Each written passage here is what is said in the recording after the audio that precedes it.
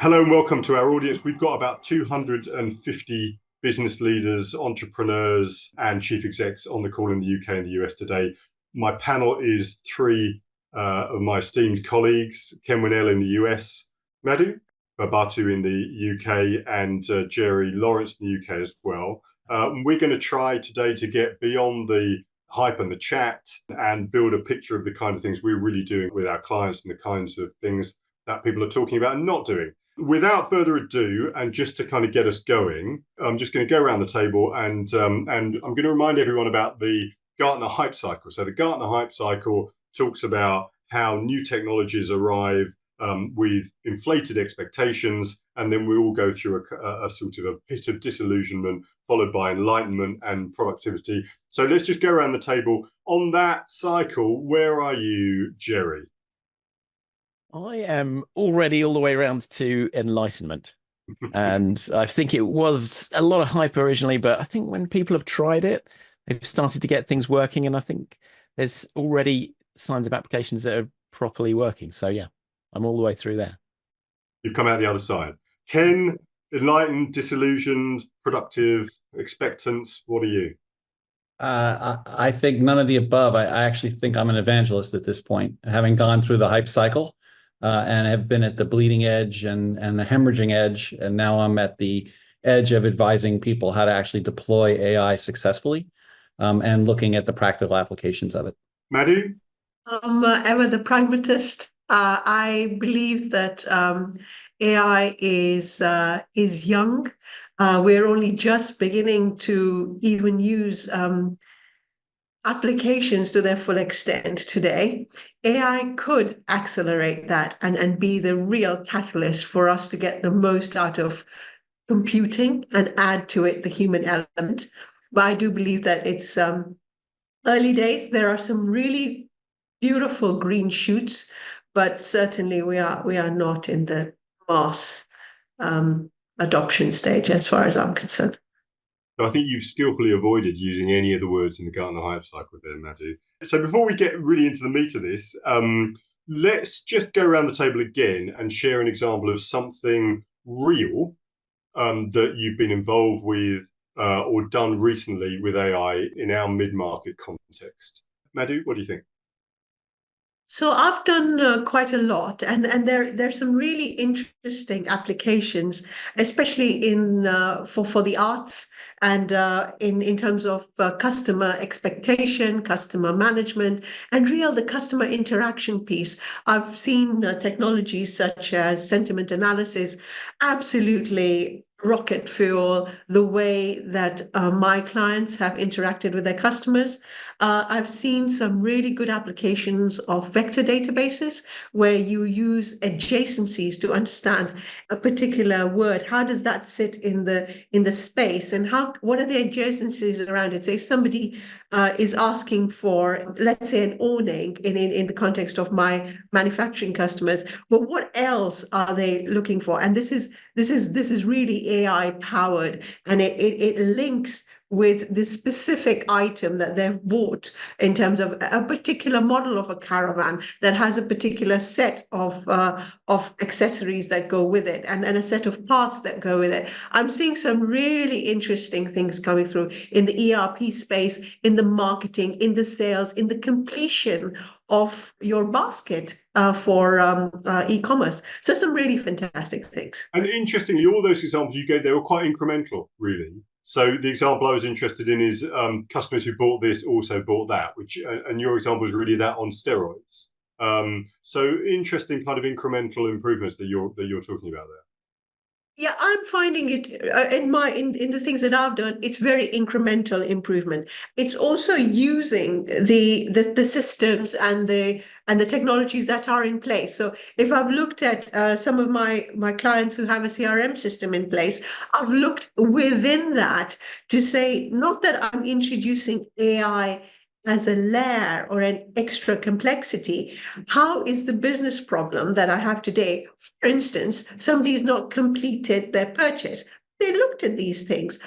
Can I go and see, would a 10% discount convert them to a buyer? what are the different strategies I can use, almost like a human. While you've got a problem in front of you, and you're trying to see, well, what are the different ways I can tackle this problem?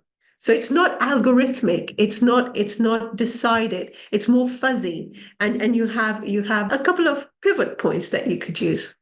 Ken, something real, something you've seen done in the AI market recently? Yeah, I mean, about 3 years ago, before the large language models really became ubiquitous, the buzzword in the industry from a marketing perspective was omnichannel. You had to have an omnichannel architecture. What does it mean? Multiple channels. How do you leverage all this data across all these different areas?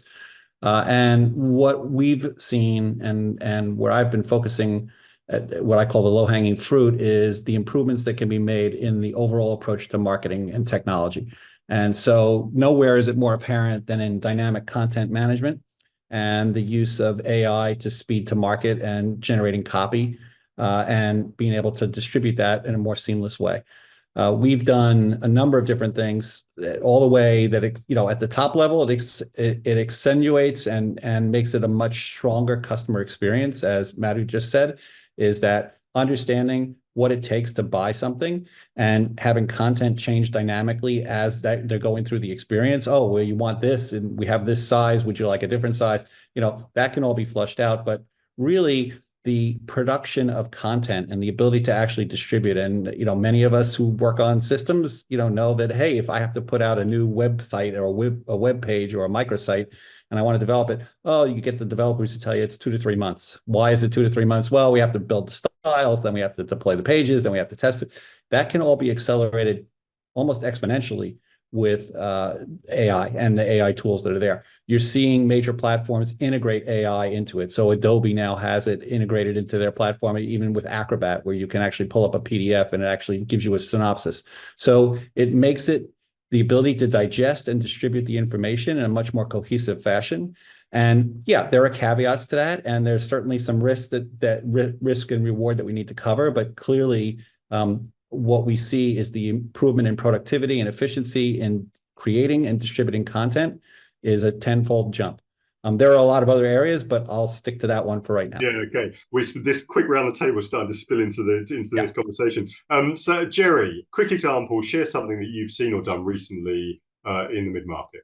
Yeah, I love the content generation on websites particularly, but one thing I saw just recently with one of our clients is they've used a WordPress plugin, which is an AI plugin for WordPress, optimizes the site automatically. And over the 30-day period, the initial 30-day period, the bounce rate to that site went down. It basically halved over a 30-day period, which is an amazing result for something that requires virtually no human interaction. It just runs on the site. Just sitting there optimizing, making sure that the SEO is working well, making sure that images are properly formatted, tags are automatically created, all the things that people would normally have to do manually, which is great. And it was really cost effective. So that kind of thing I've seen, where I would say one has to be on the lookout for these new techs like that are obviously being released. I mean, I think that's such a good example, Joe, because we know ourselves running quite a substantial website. The number of loose ends, the amount of things you've got to do to check that it's all okay, is very great. And humans are never going to get all those boxes ticked and so on and so on. So there's not something radical about that. It's just getting it right. And as you say, it can make a huge difference. So one of the questions that's come up, which actually I'd like to look at now because I think it's so foundational, is how can you do AI if the data quality is poor? And I think that's a really good place to just stop off at for a minute before we get into this content, because to me, it's such a basic question that so many people ask. There's no simple answer to that. But what's your reflections on that point? Well, the old adage of garbage in is garbage out. I think AI can be used to help filter. And it basically takes your garbage funnel and helps you refine it so that you can actually get some legitimate answers out of it. You can do that very quickly. Large, copious amounts of data, both structured and unstructured, can be fed into the engines. Again, it goes back to, we're talking in generalities here. I would want to have a specific example for you about how we would use that. So the best example I could give you is for clinical trial recruitment. in the United States and or UK, as drug companies are looking to find the patients that are most likely to benefit from a trial. Large demographic data is being fed into these models to help say, okay, what are the type of requirements, the eligibility requirements that we have? That's a classic example of how data refinement can happen. And yes, it's garbage in, right? Because you don't know the quality of the data that's coming across. However, you can identify the type of resource or the type of patient that you want to find. And so we've helped a number of different pharma companies to try to do that as well. Jerry, Madhu, any comments? I think what's interesting about looking at AI in terms of data is that it really highlights where you've got not enough data, because previously you might have thought, oh well, we've got plenty of documentation on how to make our service work or how to interact with us, but actually when you get into the process of trying to use that and plug it into, say, a knowledge-based system, it becomes quite clear quite quickly if you're lacking. So I think it's actually something that you then just have to address and put some people on. Madhu? I think when I hear that question as you read it out, Graham, I think the person asking the question is referring to large language models. So in that, Ken is absolutely right. If you are training your AI, algorithm on data that is insufficient, that is unclean, it's like training a child on the wrong subjects. If you're telling a child 2 + 2 = 5, then this child is going to learn that, and that's how large language models work. But what is really important to note, that large language models are one very narrow, very exciting, and got a lot of hype around it, just one aspect of AI. There are many aspects of AI. So the technologies that Ken and I were referring to, like vector DBs, where you have spatial relationships between data, and you can understand that if you mean man, you could mean king, or you could mean prince. That sort of spatial understanding of data, and things like sentiment analysis, things like, I've come across some fantastic tools, like a tool called Motion, that allows you to do planning, dynamic planning. And so those sort of things are not necessarily data dependent. The large language models are a particular vertical of AI that is particularly prone to being taught in the wrong way. Having said that, in my own area with the English National Opera, we've looked at data and used AI to clean dirty data.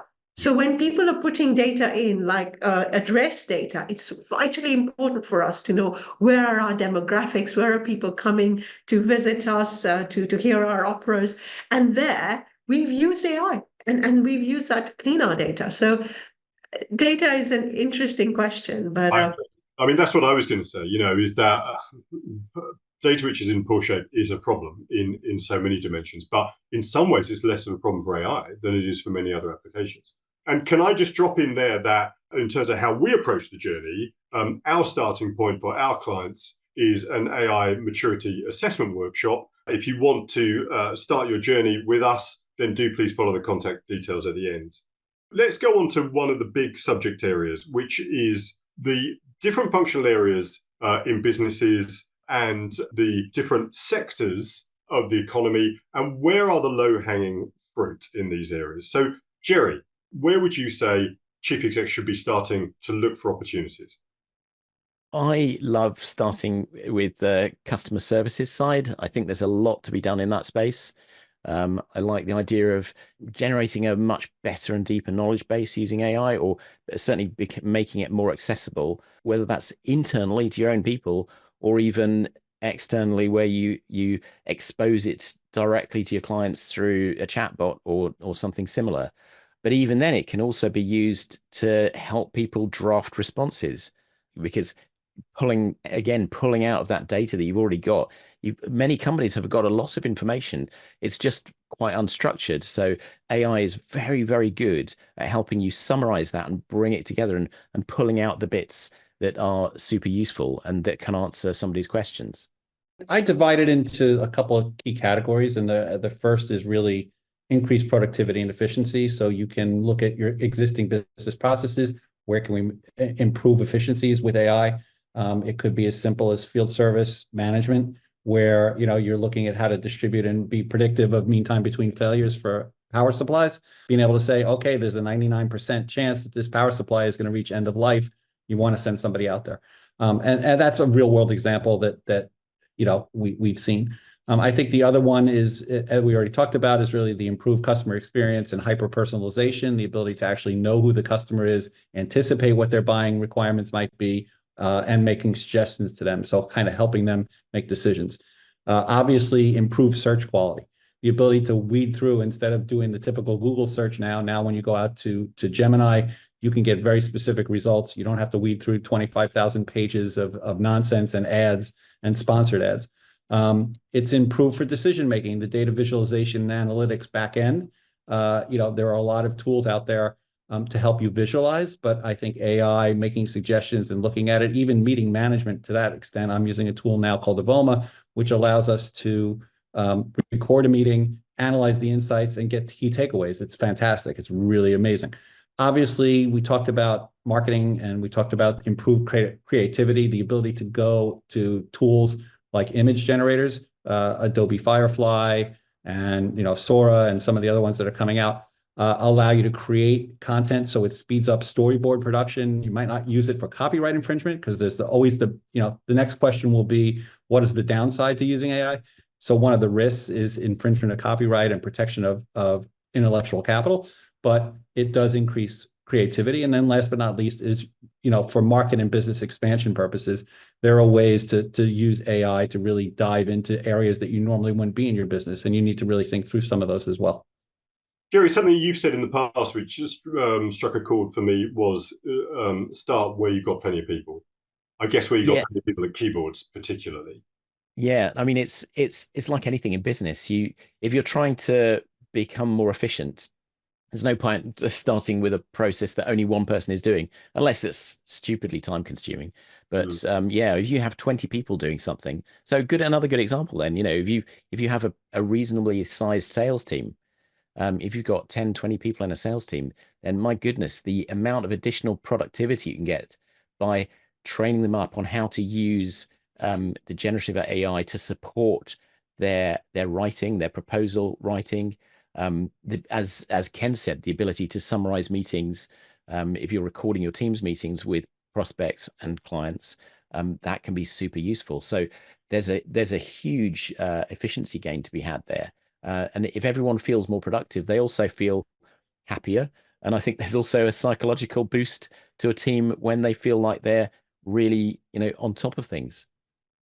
I couldn't agree more, really. I think for me, there are three major areas that have correspondences with both what Ken and Jerry said. One of them, the first one, is for me is all around loose ends. So I think you use that term, Graham, loose ends. So quite often in many processes, there is that loose end, which for either completion of a purchase or for or introducing a little bit of a change, agility in a genuine process. So we've got a product timeline. We're producing these products in a manufacturing context, and actually I need to introduce a bit of fuzziness because the environment has changed. How do I do that? How do I plan in that way? And then how does everything else morph itself around it? And I've used some fantastic tools that have allowed me to do this dynamic planning with some fuzziness and actually then cascade that down the organization, because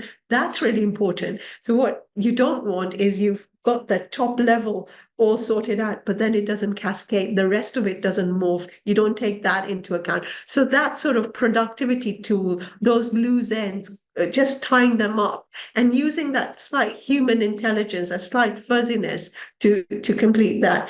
Then intelligence is the second area. So there's a lot of chat around, do we really believe in what these AI models tell us? Can we really, does ChatGPT give us the definitive answer that we'd get from an encyclopedia?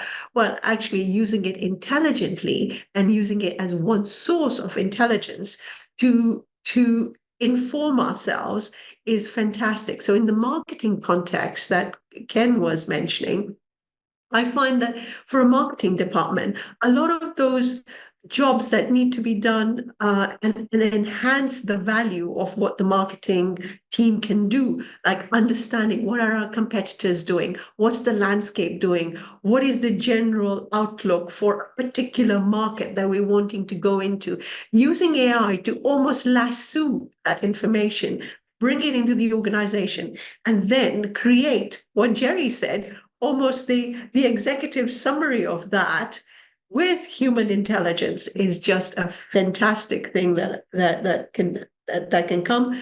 And then humanize interactions. So how do we transform ourselves from these old API based interactions into a more human way of interacting? And that's where AI could really, really help. And I'm seeing that in ERP systems. I'm really excited about what can happen there, but it's not quite there yet. What's interesting about what I heard there, I think, is there seems to be a lot of reference to harnessing is a bad word, really, to amplifying what people's productivity and people's ability to get stuff done. I didn't hear anyone talk about replacing people. What I talked about was making people more effective. And I think this talent issue, looking at where the people are, looking at where the people are spending time and helping them do their jobs more effectively, is at the heart of a lot of the AI opportunity, isn't it? One of the questions that's been asked here, which I am intrigued by, is about knowledge sharing across and within functions. I'm intrigued by this because I think we have been talking about this for a very long time, but it's still the case that it's really hard. And it's still the case, and we see it in our own business, it's really hard for everyone in the business to get the benefit of everyone's knowledge and experience and expertise. Where do you think AI today can be deployed to make a difference in these kinds of things? I think it's already being used by some large enterprise companies. And the example I'll give is that, you have people who've worked at an organization for 30 years. They are what I would call institutional knowledge towers. They have a lot of information in their head. When they walk out the door and take their golden vacation, what's been lost? And so AI can help capture that by reading their emails, by looking at their documents, absorbing everything, putting that in, and then culminating a synopsis that actually can be leveraged by new trainees. And developing that into your on-the-job training programs are things that are starting to happen. And we see this from a talent acquisition perspective, but we're also starting to see this in organizations that are looking at, hey, jobs may be changing. If I have a help desk, tier 1, and I enable AI to satisfy 85% of the first set of calls, right? What am I going to do with the people that were handling those simple calls? And I'll use the old, since we have a majority of folks from the UK, the IT Guys TV show, right? Did you turn your computer on and off? Okay. Those are tier 1 questions. Well, that can all be handled by AI. Now, what are those guys going to do after they do that? Do they wait for the phone to ring like the Maytag repairman used to do? No, they actually can be more empowered to actually look further at causes, trends, and analytics behind it. So it is a very succinct path of how to make that. And I know we're going to talk about it further down in the webinar, is change management and the cultural change that needs to be associated with AI. There's a lot of pitfalls around AI too. And I think we need to caution the audience to say, listen, I'm a big evangelist. I'm a futurist. My whole thing is about let's use these tools and put them into the workplace. But there's a lot of concerns: data privacy, legal and regulatory compliance, potential for unintended consequences. There was just a case where an airline relied on a chatbot, and someone had a funeral that they had to attend. They asked for a bereavement discount. The AI gave them the discount, and the airline said, no, we're not going to honor it. And then they ended up going to court about it and winning, right? Because if you put it out there through the reliable, through your company property website, you're held liable for it. So you need to really think through some of those things.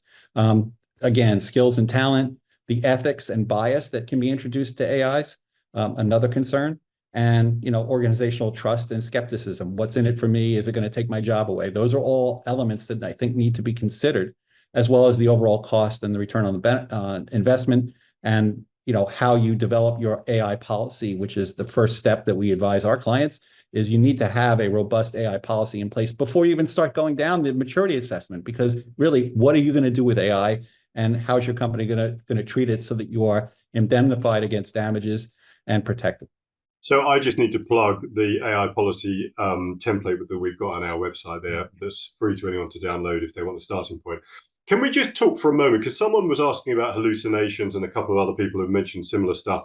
To your point, your example there, Ken, about an AI offering a refund or something to a client, is it possible that we're overdoing this slightly? Because I know plenty of examples of organizations where people have made foolish offers of refunds, or where people have said foolish things, claimed something was a fact and it turned out it wasn't. Isn't this just normal? And are we applying a kind of a level of exactness to this technology that we would expect of a sewing machine, but of something that's complex? It's never going to be the case that it's 100% reliable any more than any person's 100% reliable. Are we reaching for the wrong kind of standards?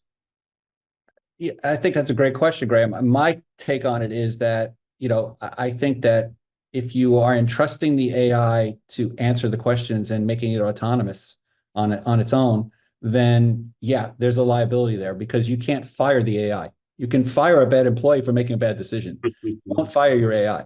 And so again, it goes back to the ethical and the legal boundaries that you want to put in place, which again goes back to what your policy is. And they just did a bad job of flushing out the case scenarios in training their large language model.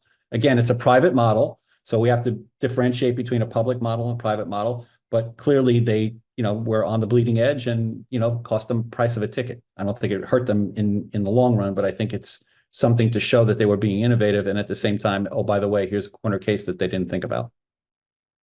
Okay, listen, let's bring this down to earth there, because I think a lot of people on the call, if they're the kind of people that we work with, will be saying, how do I assess the ROI?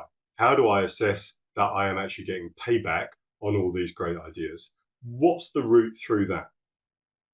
My personal experience in what I have implemented, and obviously I start from a point of pragmatism, is I have seen genuinely replacement of technology that is cheaper than what was already in place in my clients, and got them an AI capability that is helping them to do things that I mentioned before, allowing them to do sentiment analysis, allowing them to do advanced marketing, allowing them to do some really funky things. But I've been really, really careful in ensuring that actually this is either part of the roadmap of the system they have in place already. So I'm actually pulling on new technology that's on the roadmap for their enterprise systems, or I have introduced quite deliberately technology that is looking to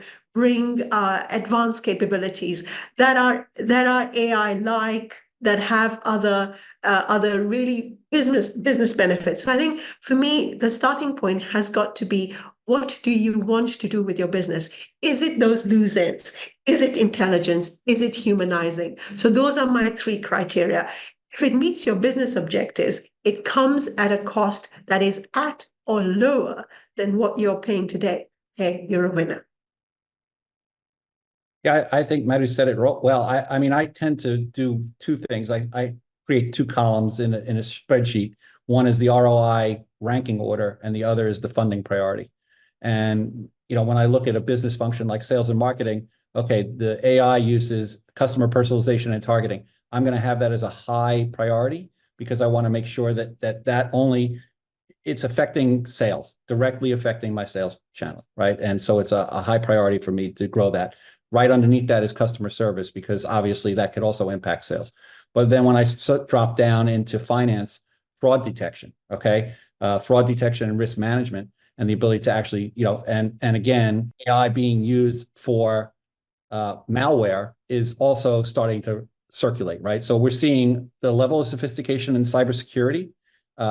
It's the game of whack-a-mole, but now it's whack-a-mole with AI on both sides. So you're going to have machine versus machine. Yeah, the moles are getting cleverer. Yeah, they're getting very porous here. But fraud detection, the ROI on that might be very low, but the funding priority might be very high because Yes. you really want to make sure you're protected. Yes. And then it goes on and on and on. But that's kind of how I break it up. And I think that, when you think about implementation services around AI, that's how you have to approach it. Is you got to say, is the bang worth the buck? And it's really, you have to really ask that question in any premise. Field service, enhancing the field service to reduce the overall time between calls, or do more with less folks. Those are all the questions that I would ask, and that's part of the maturity assessment as well. Sherry, any comments? Yeah, I feel it's no different from any other technology that we've ever implemented with in IT or actually any other field. You have to look at the core business benefits. You need to look for profitability improvements, or even revenue improvements, or underlying quality improvements. Can you reduce your error rates? And all of those things have got specific measures that you can actually measure and look at. And if you do that, then you'll be able to track whether or not it's having an impact. And of course, there are some that are harder to measure, because they're more about things like if you're reducing your risk level because you're doing something that improves security, or along those lines, then then that bad event may never happen. And the fact that you've addressed it is just buying you extra insurance. So that buys you some peace of mind. So slightly different for those, but the places I always feel like are the best to start are where you've got easy to measure things like profitability, improvements in quality, or efficiency, and they are typically easy to, and people know how to measure them in business. I'm sure every business leader on this call knows how to figure out whether they'll be more profitable in the coming months or less. But there's an element of faith in quite a lot of these projects. I think that's what I'm hearing, and it may take some time for these benefits to play out. And with the risk reduction, it's quite difficult to know ultimately whether or not that was a benefit. So Ken mentioned the AI assessment, maturity assessment. I'll mention that again. How we are engaging with our clients who want to start on this journey is through a maturity assessment workshop, which is a great place to start. And it's about having a tailored intervention where we can understand with you and your leaders where you are at the moment and where the opportunities are, and how you can create a battle plan to invoke those opportunities. Coming on to the second half of this conversation then, and in some ways the bit which I think is more of a challenge, which is there is a cultural change aspect to this.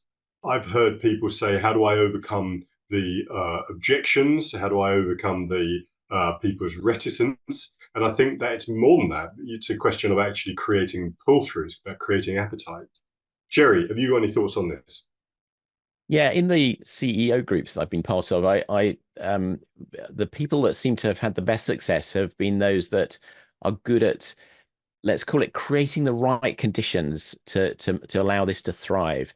And by that, I mean giving people permission to do things, but at the same time making sure that it's not completely out of control, and not and it's not complete free for all. Because at the end of the day, one can just as easily spend a lot of time, for example, generating images.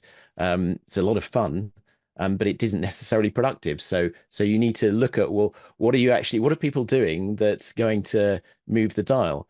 But you can't let them feel scared of it either. And because it's such a huge change, there will be people who are probably a little bit intimidated by the mention of something like even ChatGPT. I know it's massively famous now, but some people probably are still a little bit worried about that.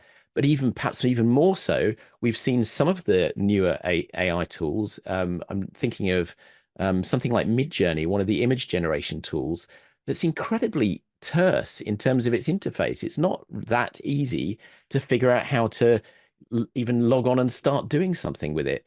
And so and that, I'm sure, will change over time and things will improve. But setting people up such that they understand that it's okay to just spend a bit of time learning, and until they can figure out how it best relates to their particular job role or their particular departmental function.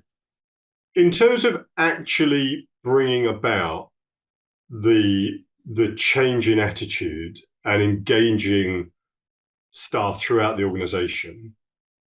Can you think of practical ways to mobilize that change, Ken? Yeah, we see it. It's nascent today, but it's certainly starting to catch hold in some companies. We are seeing these lunch and learn webinars that are going on, to just show people. We've had, instead of the old term hackathon, we now have promptathon, and promptathon is where you can develop a unique set of prompts. We've done artistic challenges using image, text to image generators, in Midjourney or DALL-E or now Firefly, to say, create a picture. And we're going to give a $100 gift certificate to somebody who has the best image. There are ways to incentivize. I think the other thing is to make sure, and again, I apologize to the audience for I keep harping on the same thing. It's like your policy needs to be set, because you have to have the guardrails in place. What is acceptable and what's not acceptable for the organization. And so when you start looking at, hey, create a web page, and again, if you go to any company that's doing a proposal and you say, okay, so team A, you're going to take this theme, team B, you're going to take this theme, feel free to use these tools and come back to us and may the best person win. I think there are ways to drive adoption. But the first thing is to overcome the fear of not knowing how to use it. The second piece is to show the benefits that it can bring and the time savings that it can deliver. And the third is to really understand that your role, that these repetitive tasks that you're so used to doing, data entry or whatever it might be, is going to change because AI will help it make more convenient. And where are you going to go next? We have to outline that. So the cultural change is not just about how do you use these tools. The cultural change is, okay, now that you're using these tools, what does that do to your current role? And that's the fear that people are trying to get over. Yeah, it goes without saying that throughout organizations, people are constantly thinking, oh, I could use an Excel spreadsheet for that, or I could use a Word document or whatever, that goes without saying. And I think we need to get to a point where it goes without saying that people think, oh, I could use an AI agent to do that, or I could use an LLM chat to do that, or whatever. So we kind of need to bring about a change where people are thinking creatively and actively about using these tools as a very ordinary part of their job. Madhu, have you got any thoughts in terms of IT suppliers and how companies should look differently to them? I think that's what I have been doing very, very closely with my clients. So what we've done with the IT suppliers is, first of all, I approach it in a two-step process. First step is to use that terrible word, business architecture. What is your business architecture? What are you trying to achieve? Where are those loose ends? Where are those opportunities for intelligence? What are those opportunities for humanizing? So what is the business architecture, and where are we hemorrhaging? Immediately, my intention is not to insert AI to sort those problems. It's to bring about a digital transformation or a process transformation, a change that will genuinely move the business up. So that's where I always come from, that business strategy. Once we have that very nice and clear, we have a technology strategy or an enterprise architecture. And from there, it's very clear where the failings are. The failings are normally at the interface or at the functionality of the software that is not keeping in lockstep with where the organization needs to be today and where it needs to be tomorrow. That is where we find opportunities for transformation that can really change the needle around for the organization. And that's where suppliers come in. Is your supplier, we've just been on an ancient version of your systems, or is there something fundamentally wrong with components of your technology architecture? And how do we then move that and create the architecture that will serve you today and tomorrow? And that's where you start to look at really innovative suppliers. And I'm seeing so much movement in that space. And I'm seeing that actually really good CRM software coming in, marketing software coming in, that is moving the needle. And I'm also seeing, unlike the old days where you had tried to include a lot of capability, I'm seeing very, very nuanced capability in microservices. And that's a phenomenal thing where a lot of companies are. I'll give you an example of a CRM system like HubSpot, where they are using third parties to enhance their offering. And that's where you look at, okay, which ecosystem, what supplier and their wider ecosystem is going to serve my client the best, and how do I move along? So that's how I approach supply chain and both the technology and the business architecture. Yeah, I mean, and I think when there's a significant shift like this, then it probably presages a shift in the market.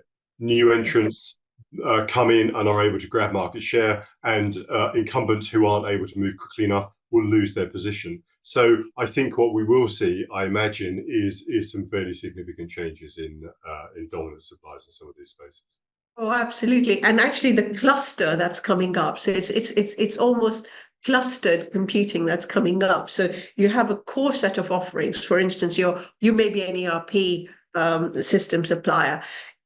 Around you is a cluster of third parties that are coming to do very specific things. So for instance, it could be like I was mentioning earlier, scheduling. So how does my product roadmap have to morph in line with intelligence I'm getting from the market? So that sort of really interesting clustered approach that I'm seeing emerge is very, very exciting. And that has opportunities for established players and new entrants that are coming in that can bolt on very interesting offerings onto capability that's already there. And for mid-market, where the expense of a system is paramount, I think that's a very interesting movement in our target market.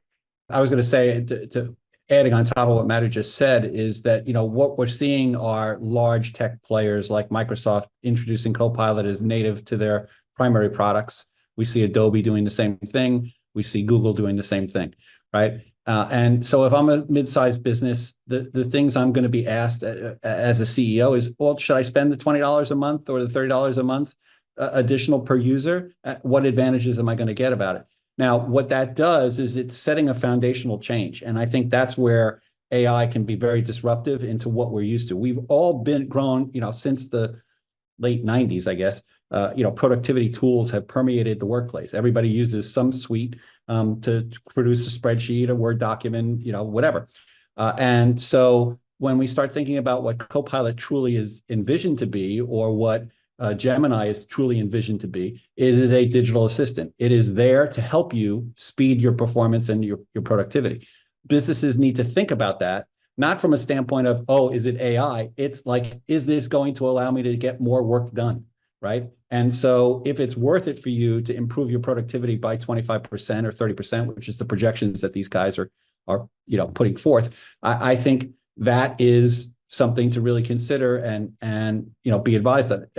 By the way, is what Madhu talked about earlier, is that all these other agents that are going to be out there, AI agents, are now going to be plugging into these platforms. So you will see AI-enabled agents in almost every product set that's out there. The reason being is because they all want to talk to these main platforms, and they all want to be part of everything that you're thinking about. So it is a evil, sinister plan to take over the world? No, not really. But it is something that is coming down the pike. And when you see it, especially in a role where you're looking at the future and you're thinking, where are we going? It's going to morph into eventually spatial computing and autonomous vehicle driving, because that's where you're going to be. The information is going to be literally at your fingertips, but now you won't even have to do it. You'll be able to view it on a screen that'll be transparent as you're driving in your self-driving car. Or if you go out and spent the money for the Vision Pro headset, you can walk around and have everything available as you're walking. Those are things that are coming. It's really to think about it from that perspective. Jerry, anything to add? Yeah, well, I feel as if particularly over the coming 12 months, there's so many new applications coming out where people, not only are things AI is being built into existing tool sets, but people are creating startups and new software that are there to tackle specific issues. And because of this, you just have to do a lot of keeping up to date with what's going on, because some of those will be gold, they will be amazing, and others will just not be very good and will perhaps be a waste of money. And so we're going to have to be quite careful in selecting which of the tools are we actually going to put into any given business. If I'm thinking even for myself, what am I going to build into my own personal workflow that's AI based? So yeah, you don't want to be the Betamax of AI. Yeah. There are a whole bunch of questions, and before we come to those, let's just take a couple of minutes and go around the table for a soundbite or a pearl of wisdom, something that you would say to the audience. This is the thing that matters. Jerry. Well, this is happening now. If you want to be part of an efficiently run business, then you have to embrace this. That's it. Madhu. Work out what the loose ends in your business are, and AI is likely to have a space in helping you overcome those loose ends and tie them up. Ken? Don't get caught in analysis paralysis and being fear of adopting AI, yet at the same time understand the risks that are present. And I that's my best advice. Thank you. Let's go to a few questions. Linked directly to that is one that I think is interesting. Someone said, do you have a build it, try it, fix it prototyping approach? I'm not sure there's a general answer to this, but let me put the general question, which is, how do you go about these implementations? Is it prototyping? Is it fast fail? Is it carefully planned projects with a committed ROI, which is going to get measured after 6 months and 9 months and 12 months? If I'm the chief exec, how should I think of these kinds of opportunities? I would say it depends on the scale of the thing that you're doing, of course. I think it's best if it's something that's cheap and easy to do, then it's best not to get stuck into a huge amount of analysis and just get on and do it and try it. On the other hand, if you're talking about making a large investment, and that may well come if you get involved in trying to train your own bespoke AI models, they can be quite expensive depending on the amount of data that you've got to process. Then it's way better in today's world to see if you can experiment with something on a small scale first, just to prove the concept. So I think those rules do apply. I would do that. I think the question was build it, wasn't it? Build it, buy it, build it, try it, fix it. Try it, fix it. Yeah. Yes. In the areas that I have been in, so in my clients, we try to try it and then fix it. In general, my clients, we don't really build from scratch. So normally we go in, we've done an analysis, as I said, of the requirements, the loose ends, the business requirements, and then we have a selection of things we might want to try, and then we fix it and then evolve it. I think that whole cluster of micro applications that surround a core application are a very, very interesting way to evolve it. So to Ira, I'd say for me, it's try it, fix it, evolve it is how I work it. I'm struck by the fact that some of the best examples of things that we've done for clients, which have been in areas like processing or summarizing huge document libraries or huge audio or video or whatever, actually those have been quite inexpensive, a few thousand or maybe 10,000. And so this kind of approach has been quite suitable. And at the end of it, in some cases, they've achieved some outcomes that have significantly moved their businesses. But it was difficult to know in advance quite what the outcome was going to be. Well, another question that's come up a couple of times on here is about GDPR, CCPA, confidentiality, and so on. This is obviously a major issue, partly in terms of company secrets and company IP, and also about personal information, and also, I guess, about ensuring that you're not building other people's protected IP inadvertently into your own products or services. Who's got some thoughts on this? we in the States, we're working with a couple of attorneys who are very knowledgeable in this space in intellectual capital and copyright infringement law. Regulatory is behind right now. I mean, you know, the president of the U.S. has issued a set of guidelines for AI. Congress has yet to put a bill forward. The EU just passed a bill on AI. It is still a very fluid situation. There's a lot of litigation that's going on right now. Artists are suing. The New York Times is suing. You know, there's a lot of angst about it.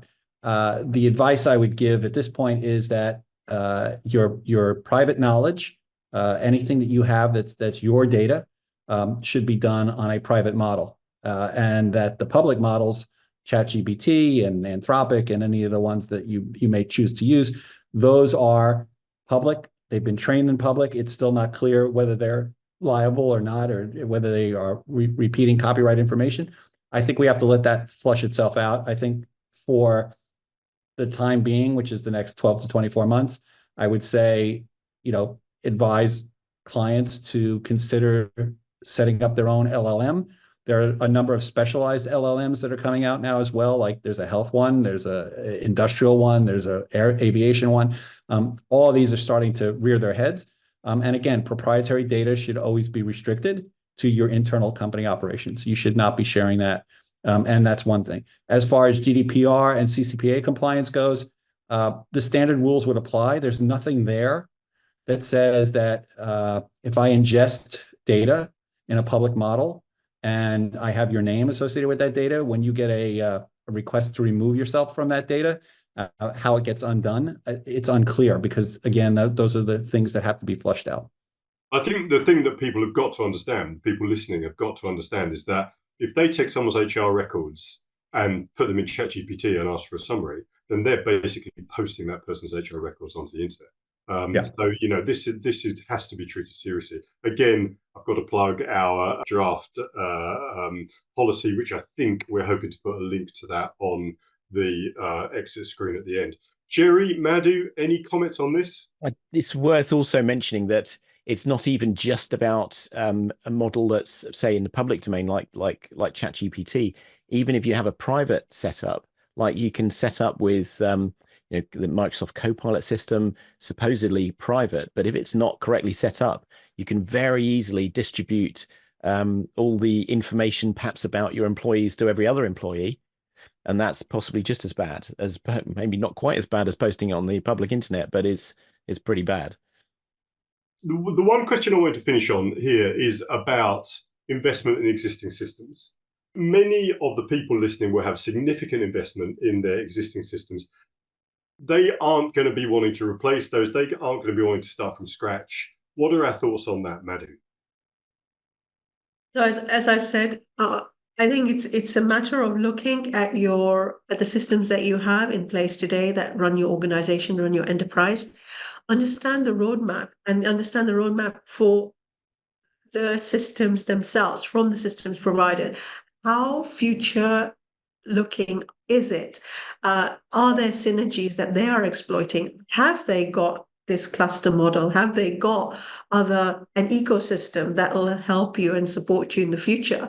If not, have a very hard look, because there is a lot of competition out there, and you could be, as I've done, and my colleagues have done in numerous places, we've actually replaced systems with much better capabilities at a much lower cost. So take a long, hard look at your suppliers and choose well for the future.